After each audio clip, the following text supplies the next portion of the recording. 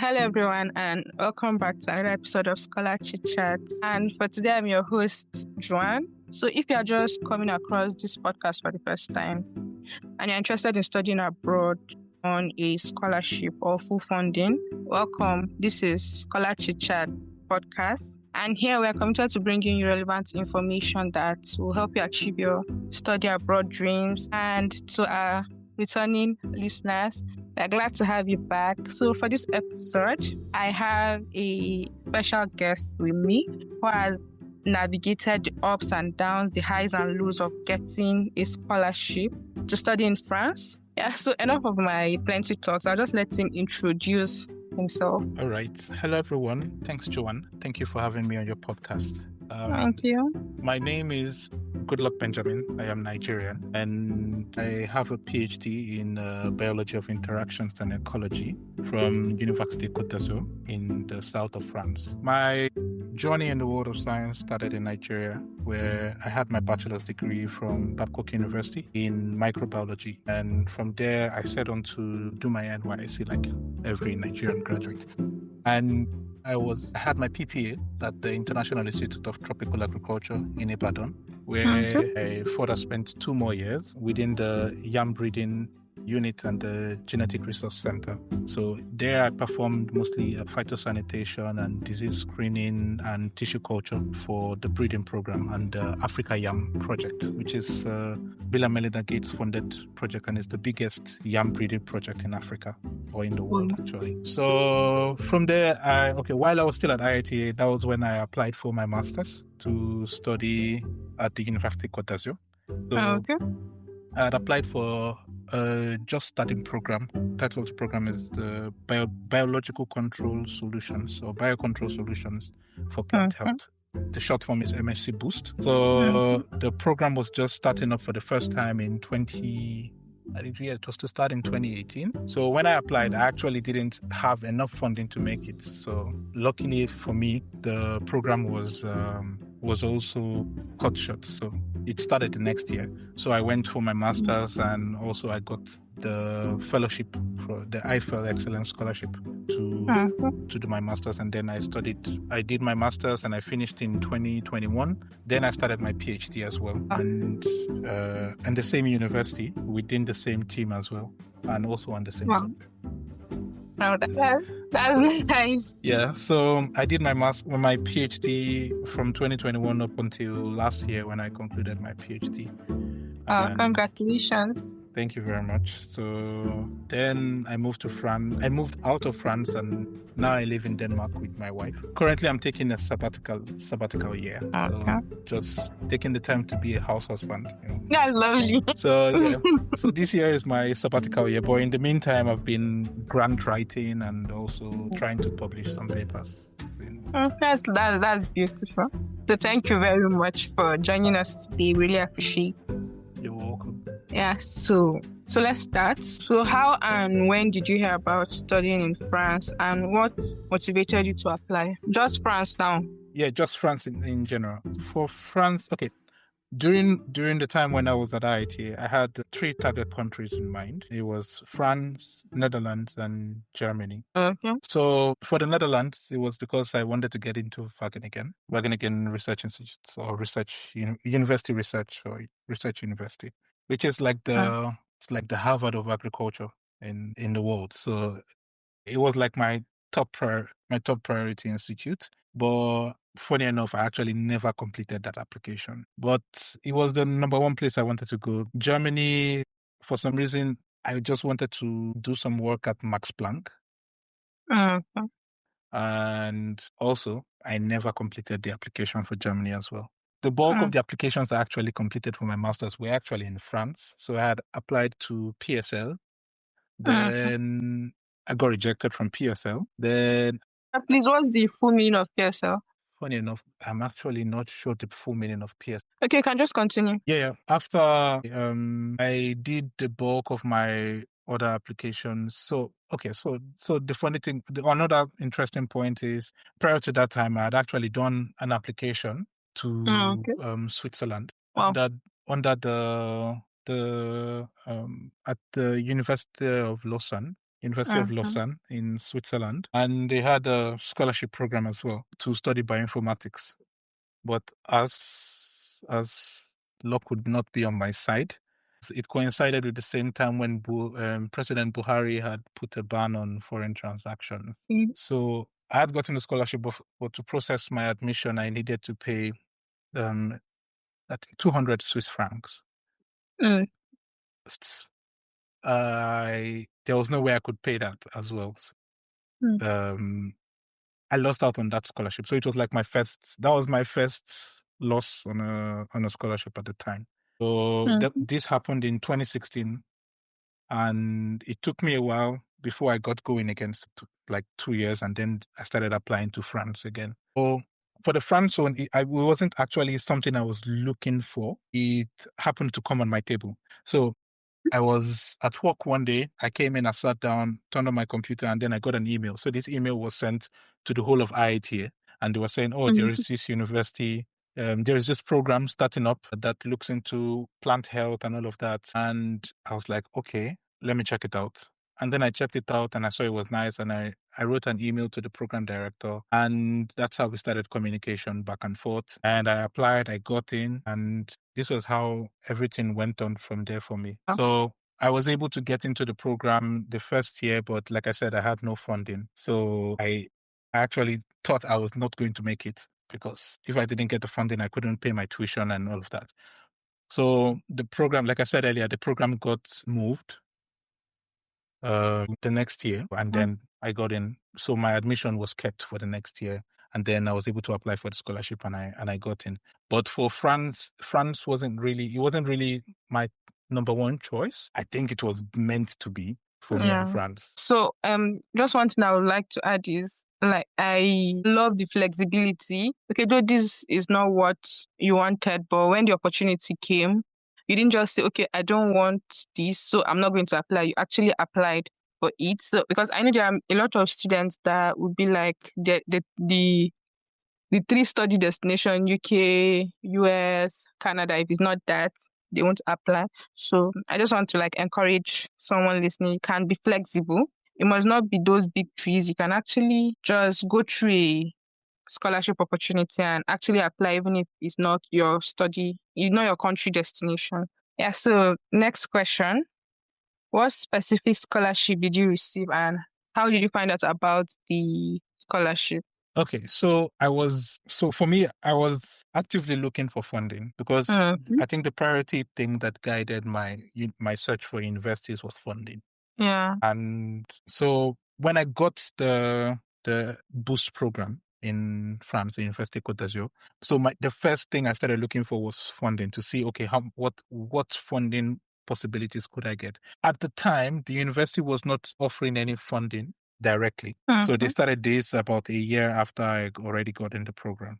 But at the time, they weren't really offering funding. So I had to look for funding elsewhere. And also, one other thing I didn't want to get was a federal government scholarship. And I'm sure every other Nigerian would be able to relate to why. Yeah. So I started looking, and at the time, I had not heard of the Eiffel Excellence Scholarship. So I didn't actually know that there was a particular scholarship from France. I knew of the one from Germany, which was DAD. Yeah. And I knew of the Orange OKP, the Orange Knowledge Program from Netherlands. This was the reason why I was applying to those 2 places. But I didn't know of the one from France. So it was when I started checking, and then I saw it. And when I saw it had already closed at the time when I got the scholarship, when I got the admission. And so it opens, I think, September of every year. The one for this year started 1st October. Yeah, was it 1st October? This year. I don't know about the previous years, but this year. So I think it actually normally starts in October. So it starts in October, and it runs until, I think, or thereabout, either February or March or January. But it lasts quite a while, for like 3 to 5 months. Yeah, I think January. I'm not sure now, but I think for this year it's January. Yeah. Okay. So so when I saw it, I immediately wrote to the program director, and I was like, oh, I would also like to apply for this scholarship. But then the tricky part about it is that I needed the university's approval to apply for the scholarship. And for me, since the time had already come and gone, I had to wait as well for the next call, which was like in 5 months' time or so. And that was how I applied for the scholarship, and I got the reply the next year to get in. Thank you very much for that. So for those unfamiliar, could you tell us about the scholarship now in general, like the process, what the scholarship entails, the funding, what the scholarship covers, and if there's any additional expenses applicants will have to manage themselves, maybe like application fee, maybe flights. Yeah. Yeah, okay. So the scholarship typically covers your cost of living. The Eiffel Excellence Scholarship would typically cater for, so it's specifically for foreign students, both masters and PhD. This is the first thing to know. So you're not in contention with home-based students. So it's typically for foreign students. And it covers just science, economics, law, and political science. So this also reduces the group of people, particularly. So the scholarship, it covers financial support, so a monthly allowance typically. So you'll be paid a stipend every month to cover your upkeep. This was what it was at the time. So we got a monthly pay to cover our monthly allowance and everything involved with this. Typically at the time it didn't cover the school fees, like the tuition. Okay. This is what I know, but I'm not sure as at now. But I know for the time it didn't cover tuition. So it's typically for a duration of 12 months to 24 months. So if you're doing, because, in France, it's split into M1 and M2, so Master 1 and Master 2. So what's the difference? In France, the masters are grouped into two, Masters 1 and Masters 2, but it's a 2-year, those are for 2-year masters. Okay. So typically what the part of your masters that really counts is the Master 2. Okay. But sometimes some places they would like to see both results, so results from both Master 1 and Master 2. So if you have a 1-year master, which would be only Master 2, the Eiffel program would only cover 12 months of that. Then if you're going for an engineering master's or an engineering program, it would cover for 36 months. Okay. Yeah. So this is usually what it covers. And then there are certain criteria. For instance, you have to meet up a certain academic standard before and during the masters. So for it to be awarded, you have to keep up your academic grades have to be up onto a certain point. Do you get? So it's typically what it's the require. It's in the name, Eiffel Excellence Scholarship. So yeah, they have a certain requirement, and then so every semester you would have to send. So your program director and would have to send like an assessment to show that this person is doing well and everything is okay. Okay. Okay, so there's this question a lot of people have. So can someone with a HND apply for this scholarship? Okay, so one part I failed to mention was that you don't directly apply for this scholarship. Okay.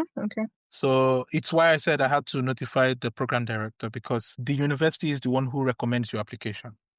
Oh, okay. Okay, so you apply to the university first and then they recommend you, or how is Yes. So once you get your program, so in the course of getting your program, you should notify the university that you would like to apply for the Eiffel Excellence Scholarship. Okay. And during this process, the university would either agree or reject recommending your application. Okay. But okay, so what can applicants do to increase their chances of the university recommending them? The first part is have good grades. I think this is foundational in getting any program. Just have good grades. And apart from having good grades, I think try to have a career projection or a career path, basically. Oh, okay. So for me, what counted for me the most was that I had relevant work experience, and the relevant work experience was in a highly reputable research institute. Yeah.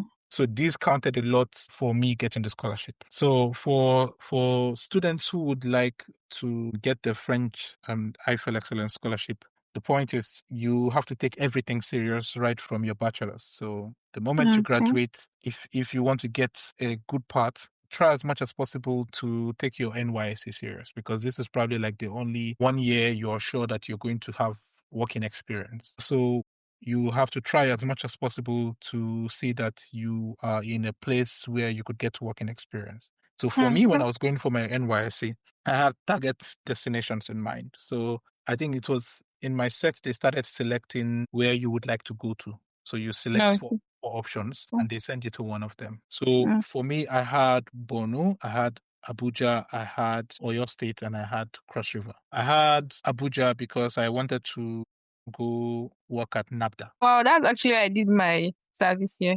Okay. Yeah. It's good. So I wanted to work at NABDA because at the time I had very strong interest in molecular biology and genetic engineering. Yeah.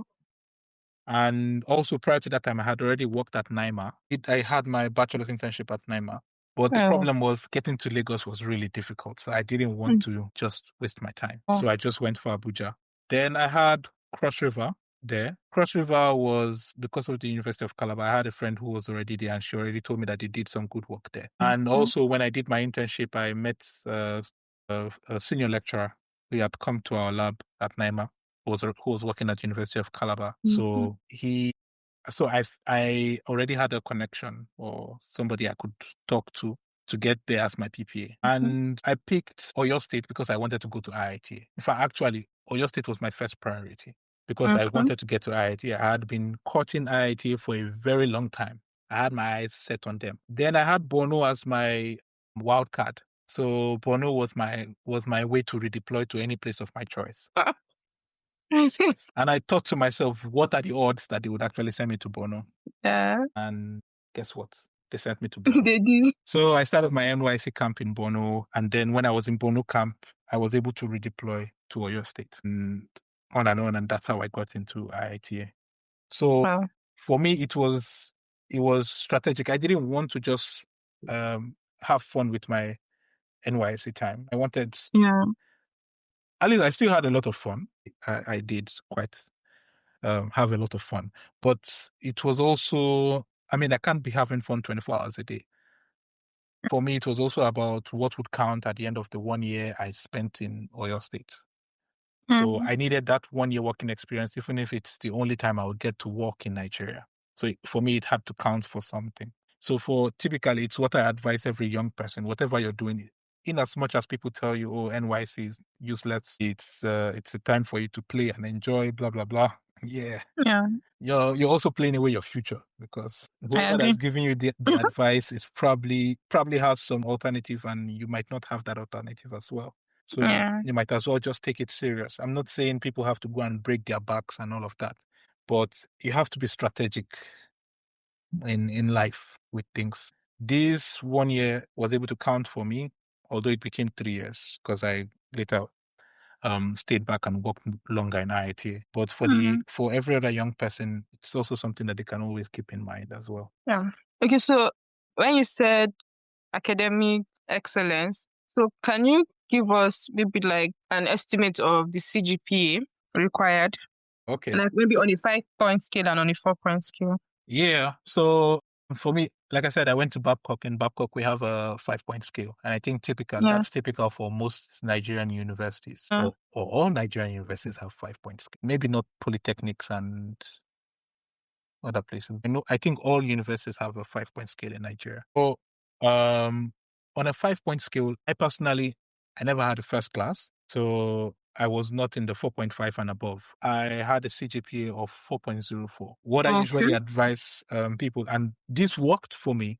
So what I usually advise people is to just have a CGPA from 4.0 and above. Okay. I'm not saying that they might not take a 3.5 or there might not be someone without a 3.5 because I know this is how people behave when you say, oh, make sure you get a 4.0. Then someone pops out and say, oh, but my friend had a 3.5 and he got a scholarship. Yes. That's not what we're saying. Yeah. We can't use the outlier to judge the majority of it. So the point is, when you have a 4.0, you're doing yourself the world of good because this already opens the door for you. As much as possible, have a first class, as much as possible. If it doesn't work out, make sure you have a 4.0 and above. So this typically would get you to the door. Then the rest of it would also now be what you have done so far with your life. Yeah. Typically. So it's So very important. Exactly. Your internships in school, as much as possible, try to get reasonable places for your internships where you can actually do reasonable work. Yeah.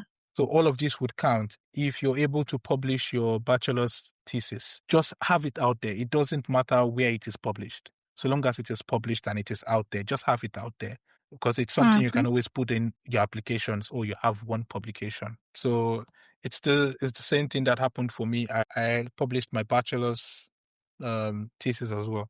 It's in a journal that I'm not sure even exists. But it's the Jordan Journal of Biological Science. I don't even know what that is. But it was published by my supervisor there. And this already set it out as a foundational work. So when I was trying to get my master's internship, it was actually that publication that got me my master's internship, because it was the publication in phytochemistry, and my master's internship and PhD, the bulk of it was phytochemistry. So this, to my supervisor at the time, she was like, you are the chemist for the project. I wasn't a chemist per se, but it was this publication that got me there. And the publication was also vital to my application as well. Whatever you're doing, at least try as much as possible to make it count with your undergraduate thesis, your undergraduate internships, your NYSC year, and your CGPA. So as much as possible, 4.0. 3.5 might work, but why wait for 3.5 when you could just get 4.0? Okay, so does developmental impact count? So if you're from an underdeveloped country or not, right? Is that what you mean? Yeah, like, okay, so I mean maybe someone that has maybe volunteering or wants to use the knowledge he or she gains from the education to go back to her home country and maybe work on it. I mean, they're not really going to ask you that. Okay. Nobody's going to ask you, because part of the strategies of France is to get the best minds into France, train them in France, and keep them in France. Okay.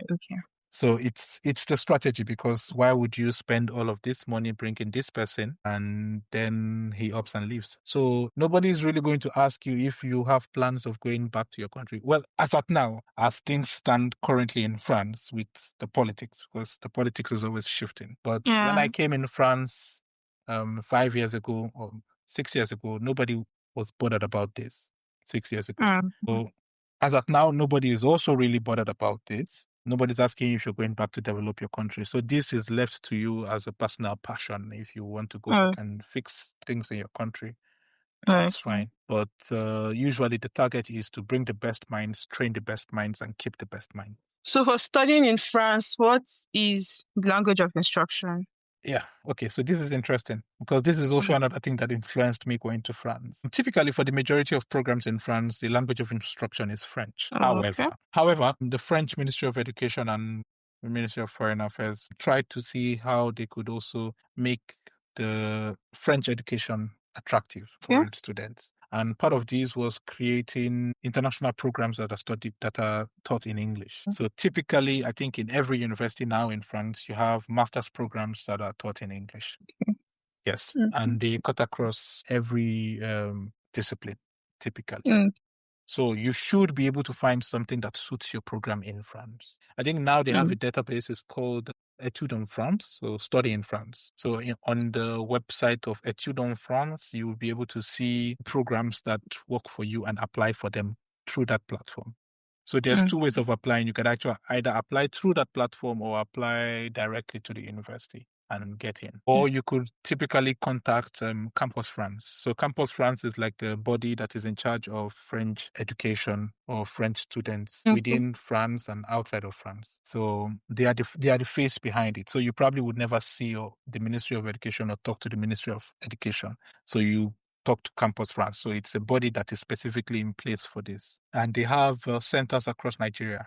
So there is one at the Mike Adenuga, I think they are at Ikoyi. Okay. Just at Ikoyi, where the same place you have the French language school. Within the same place, that's where Campus France is. And they have another center in Abuja as well. So I Okay. think, but I know they have programs that they always host at University of Lagos. So people can always get in touch with them, or they can check for them on the internet, Campus France. Hmm. You would get more information from them on how to study in France. But typically, there is always a master's that should suit you in one of the many universities in France. Okay. Okay, so did you have to write any English proficiency test or that was not necessary? So I did not. Typically, when you study in France, like I said, the primary language of instruction is French. However, if you have studied in English or you come from an English speaking country, you can just get a letter of English language proficiency from home university, and this should work typically. So Okay. they wouldn't be expecting you to write the English language test. But if you have written the English language test, because also we're talking about flexibility. So Yeah. typically, if students would want to have um, a wider variety of choice for where to study, I Yeah. think the English language test would not be a bad idea, because Mm. I think you would need it for Germany, I think, and you need it for the bulk of English speaking countries. So Australia, New Zealand, Canada, the US, and the UK as well. So if you have the resources, if you have the money, if you have the time, yeah, you can take it. It wouldn't be a waste. But typically, if you're looking to study in France, it's not compulsory if you have studied in English and if you have a letter of English language proficiency. Mm. Okay. Okay, so now let's talk about your own personal experience applying for this scholarship now. So just walk us through the steps you took, maybe from the application to the university, how you applied for the university, were any personal statements, reference needed to maybe when the university nominated you for the scholarship, were there any interviews or exams or yeah. So just your own personal experience now. Okay, so right from the time when I started my application, so like I said earlier, I started by emailing the program director, Yeah. and we exchanged several emails back and forth. Then I went to the application link and I started my application. So you need to have your CV organized. You need to have a letter of interest. And these are the two main parts. Then you need to have your transcripts and your certificate. So a copy of your Okay. certificate and a copy of your transcript, and also a copy of your high school certificate as well. Okay, so do applicant need to maybe authenticate or legalize them? Uh at the time when I applied, no, I did not do any of that. At the time when I applied, I did not actually do that. And what's even funny is that I actually applied with my personal copy of my transcript and not an official copy. So this might not be the same for every university. Yeah. So some universities would ask for official copies. Then Okay. also, due to the current state of the free flow of fake documents, a lot of Okay. universities now are beginning to ask for authenticated copies. So you have to notarize it. You go to Okay. the courts or wherever and notarize your documents. But I actually never did that for mine, for my case. But I think if you can do it, then it would be nice. But so the best thing would be if they would expect a notarized copy, it would be written there, expressly states that they would need a notarized copy of your documents. The other thing you can also do is to, or like I did, also always email the program director. That's how you would get the best and most accurate information. When you Yeah. want to apply to a university, always email the contact email that they have there and wait for feedback. If you don't get a feedback in a couple of days, you can always send a reminder email. So for me, I never did any notarization of any documents at the time. So when you have all of this, you start uploading all your documents the way they want it, and also make sure you have a passport, because typically they ask for the cover page of your passport, so the side with your biometric Mhm. data. So they will typically ask for this when you're applying for your masters and all of that. Then the other thing was we had no application fee. For France, there was no application fee at the time. For a lot of universities in France, or the bulk of universities, there is no application fee. So usually you could apply and get scholarships and admission in France without even paying a dime. And it's the same thing in my case. I didn't pay a dime for the whole process of getting my scholarship. So when you do this, you apply and you upload all the documents that they request from you. So I have mentioned a few of them, but I don't know if they would have asked for more. So of course they would ask for English language proficiency. How about the recommendation letter? Yes, so they would also ask for at least two recommendations. So it Okay. could be 2 or 3, and there has to be at least one academic recommendation, and Okay. also if you have a professional, it to be good as well.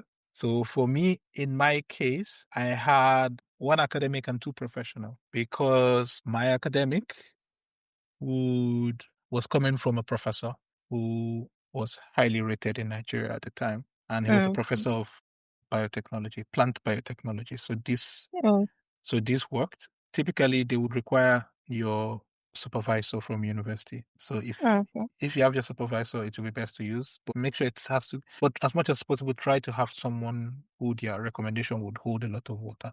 The other 2 were researchers from IITS. One was a researcher I had worked with, and the other one was my boss at IITA.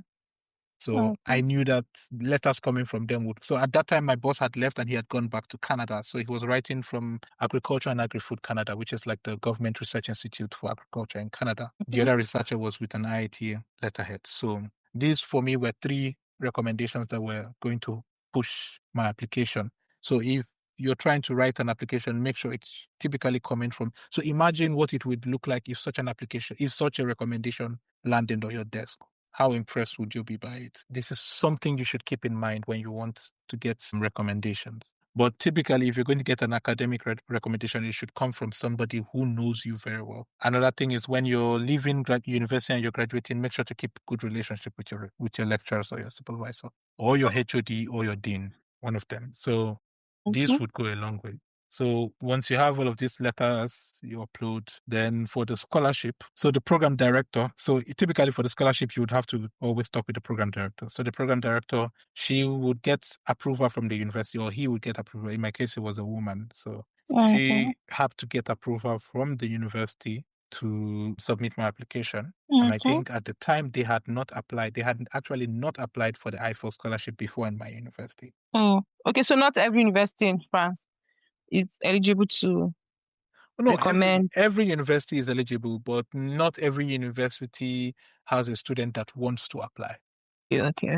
Do you understand? There's universities where they always get like a Science Po and Université Paris-Saclay and Sorbonne. So these universities typically, they have a lot of students who would want to go there, because who would want to apply, because those are like the first choice universities for people going to study in France. So typically, when you look to the list of Eiffel awardees, you would see a lot of Science Po or Université Paris-Saclay on it. So for my university, not a lot. So I think it was kind of easy for my recommendation based on this, and also based on the strength of the application. So they would also gauge this strength of your application with the probability of you getting it as well.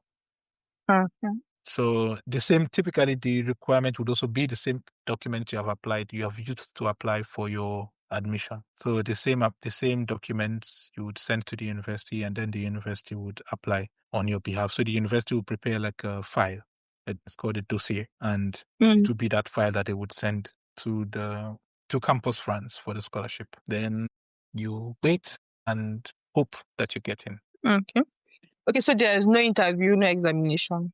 The only interview you'll probably do would be for your admission with the university, not for the scholarship. For admission with the university, typically, most universities have interviews.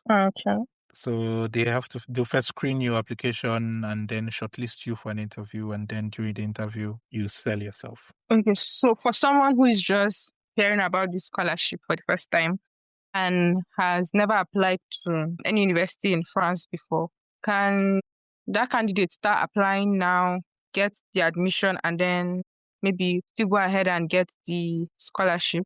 Yes, every day is a good day to start. So long as the scholarship is open, you can always send your applications in. So right now the scholarship is open. They are waiting applications. So you have the time, because the scholarship just opened. So if you apply to a program that is open in a university right now, you should be able to get in and get your admission in time to apply for the scholarship. Okay, so like how long does it take for admission decisions in France? Well, the admission is admission decisions are okay. So there is a time frame for admissions, and so some universities open at the same time when the Eiffel program is open as well. The bulk of universities open in the last periods of the Eiffel program up until I think May. Then they stop admission, May or June. So you have that window, and during that window, application is on a rolling basis. So when you send in your application, they review your application, they interview you, and they offer you admission. So they don't have to wait for the deadline to close before treating your application. So you get your application is on a rolling basis. So you can get your admission in, I don't know, 1 month or thereabout. So it gives you time to apply for the scholarship. Okay, that's very helpful. So the question I wanted to ask was strategies that helped you, but I think you kind of mentioned that already. Yeah. You were focused on, so what you wanted and you went for that. Okay, so what do you think applicants should look out for when, before that, so you wrote an essay when applying for the university. Yeah, so a statement of interest. Yeah, okay, so can you share with us how you approach writing that essay? What element did you focus on to make your application? Okay, so one thing I typically say is that this is my personal experience. Yeah. There is no such thing as a perfect statement of interest or cover letter. Yeah. This is my personal opinion. Of course, don't take it to the bank because it could mean nothing in the end. But it's a personal opinion. So because typically the strength of your statement of interest would depend on how appealing it is to your reader. And that is where the problem is. The reader could be anybody. And the reader could be anybody on any day. So assuming I'm the reader, today I'm in a great mood, I read the application, perfect, I grant admission. Tomorrow, I could be in a terrible mood, and the slightest error or mistake or whatever could piss me off, and I tear your application to shreds. This is the reason why I say there is no such thing as a perfect statement of interest or cover letter. But typically, when admissions open and there is a call for admission, there is always a demand of what they would like to see. So they could say, oh, talk about your childhood, talk about your first relationship, whatever interest they have. And then the onus now is on you to describe this. But typically, this is the case. So they would have what they want from you. And then you have to write or talk about this within the margin that they would expect. So if they say, okay, give us in 2,000 words, or in 1,000 words, your statement of interest, you give them in 1,000 words, your statement of interest. And typically, when you have this, you would be judged just by this. But there could be some other cases where they do not have these requirements and they are not going to say, okay, these are the guidelines of what we want to see from you. So then you have to now be creative and create a structure of what you would like to write. For me, I start by introducing who I am and why I am writing. So my name, where I'm from, my bachelor's degree, what my degree was in, where I got my degree, and why I'm writing this letter is obviously to apply for your master's or the scholarship. Then I go for that. The next paragraph would be me generally praising myself or talking about myself, about how I'm the best fit for this because I have this, because I have done this in my past life and all of this. And then I talk about why the program is a good fit for me. So the first part is why I'm a good fit. Then the second part is why is this program a good fit for me? So why did I apply to this program? So am I applying to the program or to the university or to the scholarship because of these reasons? And then this is where I go in hyping the university or the program or the country. I can conclude with other extracurricular things that were not of the focus. So this could be other things I have done. So for instance, if I volunteer with Red Cross, the things that are not academic or primary to why I'm writing, I feel could be useful to them. Then I can write it in just a short paragraph and then I conclude and that is it. Okay, maybe you can also add maybe courses. Yes, so if there are courses you have taken or leadership roles, all of these things, places you have volunteered and things like that, you just try to put it in one short paragraph and then that's That's the end. Then you conclude, then you thank them for a hopeful, positive feedback. Okay. And if they would like to discuss more, you can offer to discuss more with them. Okay. And that's it. Okay. Yeah. Thank you very much. That's very helpful. Yeah. Yeah. Okay. So when applicants are writing the statements, do they need to mention in the statement that they would like to be maybe nominated for the scholarship, or there's no need? To the master's program, yes. So if you are within the time frame within your application, you can always state that, getting the admission, I would also like to apply for the Eiffel Excellence Scholarship upon the recommendation of the university. So you can always state this within your letter. Okay, so let's say maybe you have gotten the admission already before the scholarship started, and you want the school to recommend you. So you just send a message to the coordinator. Yes.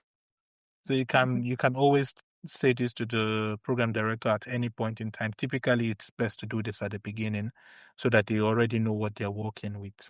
Okay, so you did mention earlier that for the application document, you mentioned high school results. So does WAEC works as high school results? Yeah, so typically your high school result or the high school diploma they would ask for is typically your WAEC result. Okay. So that WAEC certificate you get after everything, that is what you would typically use as a high school result. Okay. Thank you very much. That was very helpful. Yeah. Okay, so from your perspective now, what common mistakes do you think applicants make when applying, and how can they avoid these mistakes? Okay, common mistakes applicants make. I think the common mistake most applicants make is first for me would be thinking that the fact that you have applied means you would get it. And it's the reason why a lot of people then relax and just say, oh yeah, I've applied and I'm probably going to get it. But the shocker is, if you think you're the best, there's probably 50 more people who are better than you. Yeah. So, and it's one thing that a lot of people would find out the hard way. Yeah. And also in France, because France is a very competitive place in academics. So you have everyone who is competing with everyone, even within the university system. So typically, when you apply, it doesn't mean you've gotten it. So you have to always try as much as possible to sell yourself to a point where you'll be very convincing. Also, don't be too confident, but also do not lack confidence. So you should have confidence, but to a point where it's not overconfidence and you begin to say a lot of things that do not make sense. I think another thing would also be to not lie. Very important. Yes. Do not lie as much as possible. Do not lie on your CV, do not lie in your letter, because whatever you apply and you say you know how to do or you have done, when you have the interview, it will be brought up. Mostly, if it is too good to be true, it will be brought up and they would like to know how, where, when, and you would have to explain this. And if you can't explain this, then you've probably dug yourself in a hole. So typically, it's best to be frank upfront. And if there's things that you feel that are necessary but you don't have, you can always express your determination and your willingness to learn. This is also one thing a lot of people look for. So a lot of people do not want students who feel like they know it all.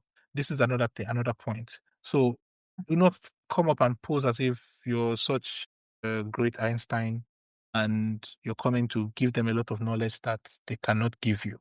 This is a problem because it poses a threat for a lot of people, for a lot of researchers and professors. So they would like rather a student who is willing to learn and who also realizes that he has a lot of learning to do. So this is typically what would pass for most researchers and professors. So when students are preparing for their applications, so they shouldn't sell themselves as finished products, but rather as people who are still striving for knowledge. This is what would mostly help your application for any student who is trying to apply. Excellent advice. I love what you said about showing determination to learn, because I think it's very important. A lot of time, most people forget that they are going there to learn, and then they are overselling themselves, being overconfident, and not knowing that there's a thin line. Yes, between confidence and just looking like you're just full of yourself. So I actually have this experience with a colleague one time, and and the colleague was just shocked at the pride of this student who was coming to apply. The student was Nigerian, unfortunately. And the colleague was like that they have never seen anybody like this in their lives. Oh, wow. They could not believe the kind of things that this person was saying. So if I had known the student, I probably would have advised him to not have been that forward. Yeah. But I think it's a lesson he probably had to learn at that point. I don't know if he ever got the feedback, but it's something that he had to learn. If he didn't learn it now, he probably would never learn it. So I think students should always remember, first of all, that they are students, and they should never. It's something they should never forget during the process of the application that they are students. I agree. Okay, so can applicants apply to more than one universities? And if they can all of those universities maybe recommend them for the scholarship? You can apply to, of course, you can apply to multiple universities at the same time, but you cannot apply to the Eiffel Scholarship multiple times at the same time. Okay.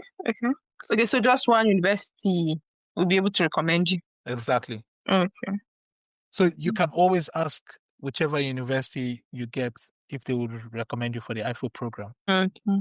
Then if they do not agree, you can always ask the next university. Okay, so it's better to maybe have a wide variety of options that you can, in case if maybe the one you get admission to does not recommend you. Okay. So you can always ask, but always make sure it's one application that's been sent. Okay. Okay, so the next question is one question I love to ask scholars that have gone outside Nigeria to be outside Africa to study. And the question is, what was your biggest cultural shock moved to France, and how did you adjust academically and socially in a new country? Yeah. Okay. So I think the first one socially was for me within France or moving to Europe for the first time. I think my first cultural shock was how many people actually publicly smoked. This was the first shock I got. I think in the last episode was Italy, I think, yes. So he actually mentioned this also. You'd be shocked at how many people smoke in Europe. And it was so bad. I have a friend from Zimbabwe. And the time when we started our masters, we were approached by these young teenage boys one evening, and they were like, "Oh, that could we help them go buy cigarettes from the shop?" And I was looking at these boys. I was like, "Wow, it's the audacity of you guys, actually." But it was just the freedom at which they felt like they could approach us to ask for a smoke.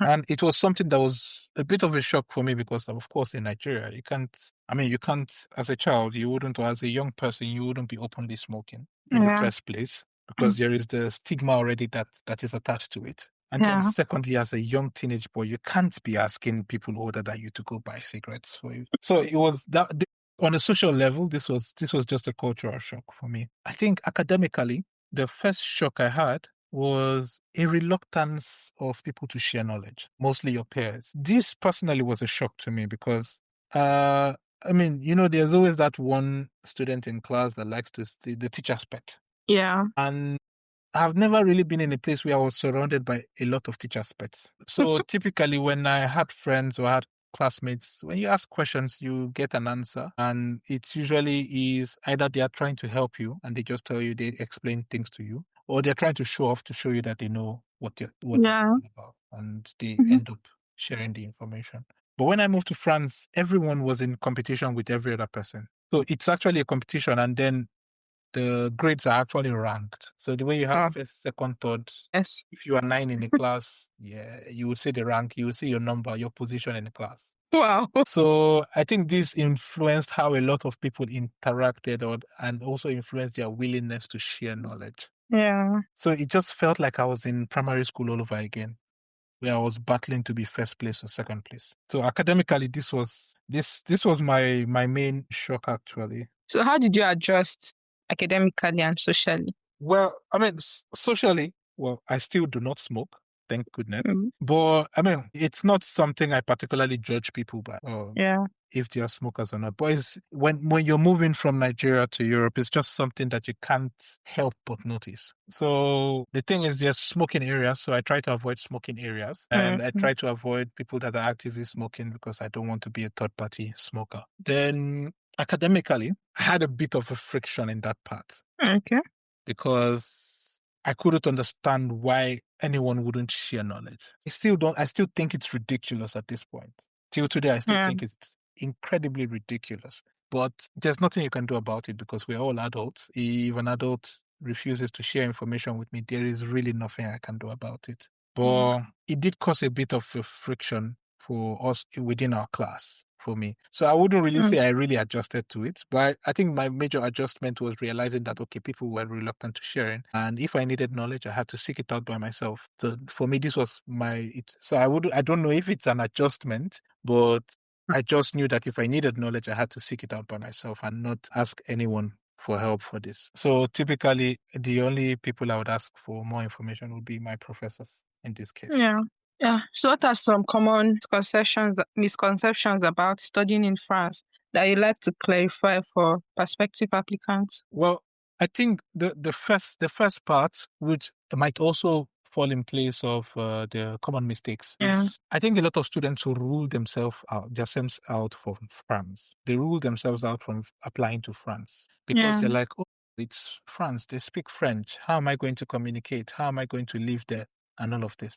So they already isolate themselves or isolate this option from their list of options. And I think this is not a good way to look at things. For me, the advice I would usually give is apply everywhere. When you get there, you rough out the language as much as possible.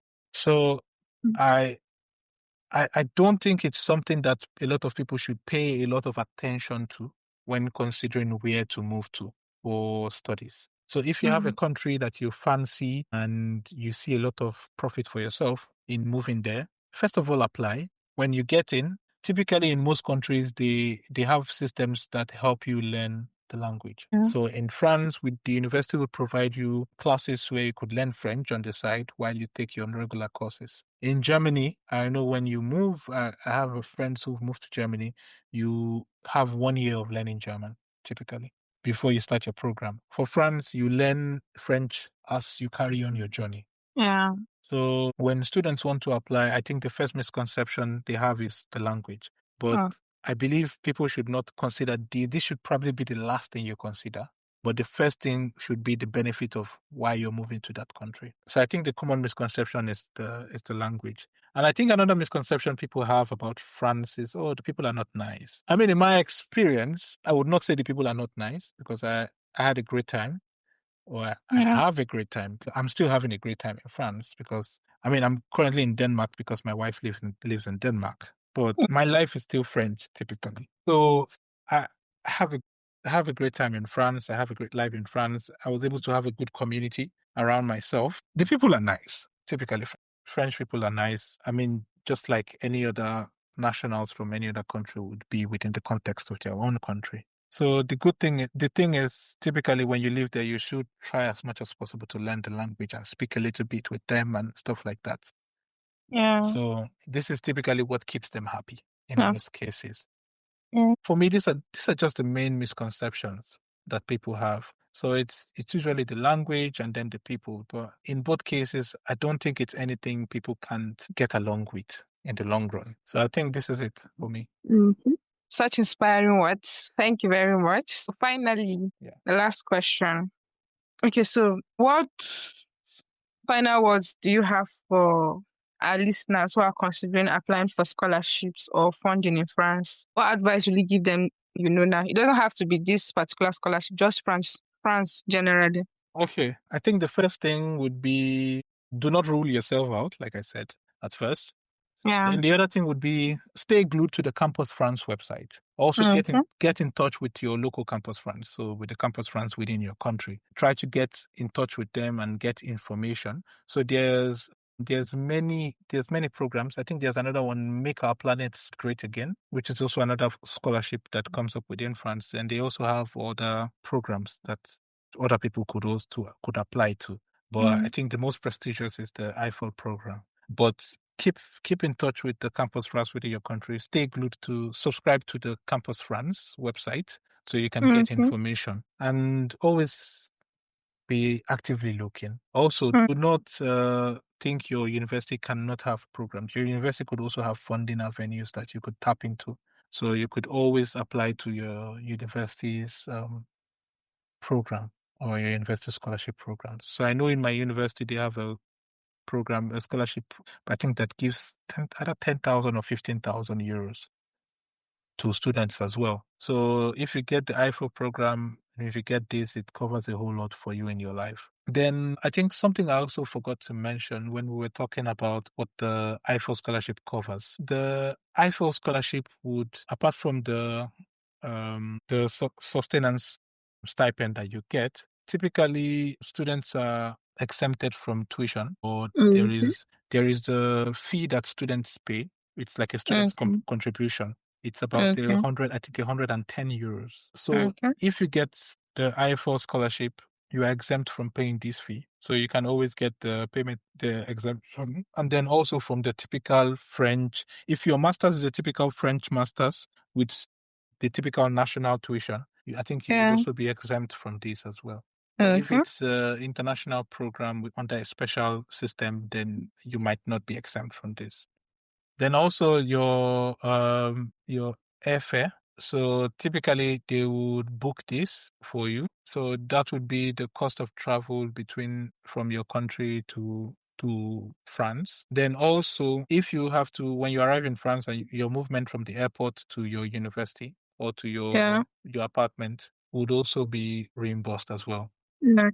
So so what I wanted to ask earlier was, does the scholarship cover for dependents? No, the Eiffel program wouldn't cover for dependent. So the good thing would be when you start a PhD. So this is another benefit of studying in France. When you start a PhD, you get under a special visa program. It's called the talent visa. So typically when you do a PhD in France, you're referred to as a researcher. So you'll be paid a salary. You would also be taxed that salary. You get a visa with the special benefits that come with the visa.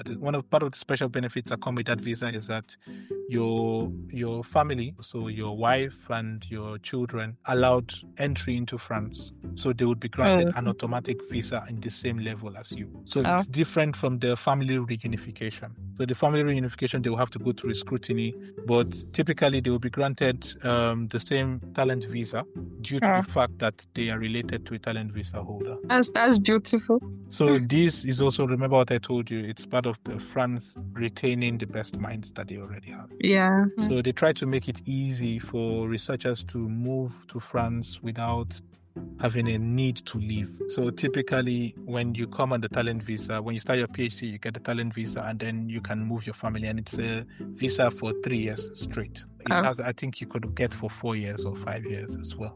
So typically this is the case, and this would help. And also when you study in France, it counts to your citizenship application. So typically you would have to stay in France 5 years. But if you study in France for 2 years, or at least 2 years, and you have a French degree, it covers up the 5-year gap that you have to So this counts to your citizenship, because it is also assumed that you would be imbibed in French culture during the course of your study. This is another benefit that moving to France would have. Also, health insurance. You don't pay for Social Security in France. Social Security is free for students.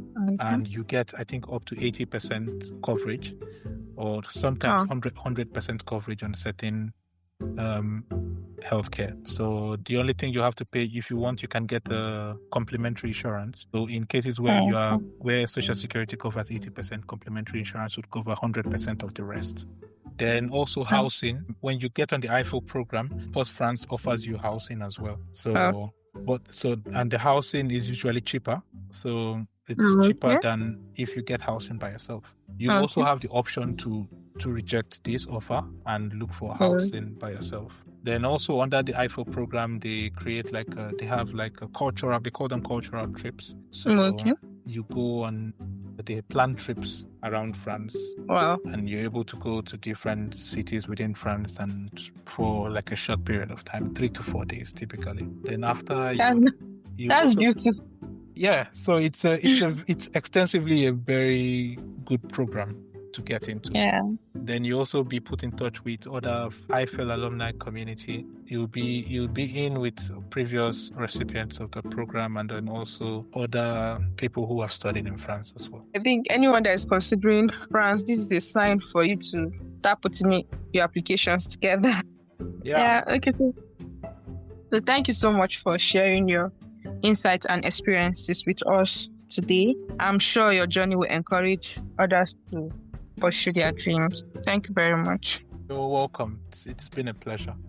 Okay. Yeah, so to our listeners, we hope you found this episode helpful and insightful. We are here for you and we'll continue to bring you different scholarship opportunities that can open doors to many amazing experiences and the chance to make a real difference. Don't forget to subscribe to Scholar ChitChat for more tips and insights into securing your dream scholarship. Until next time, stay inspired. Thank you.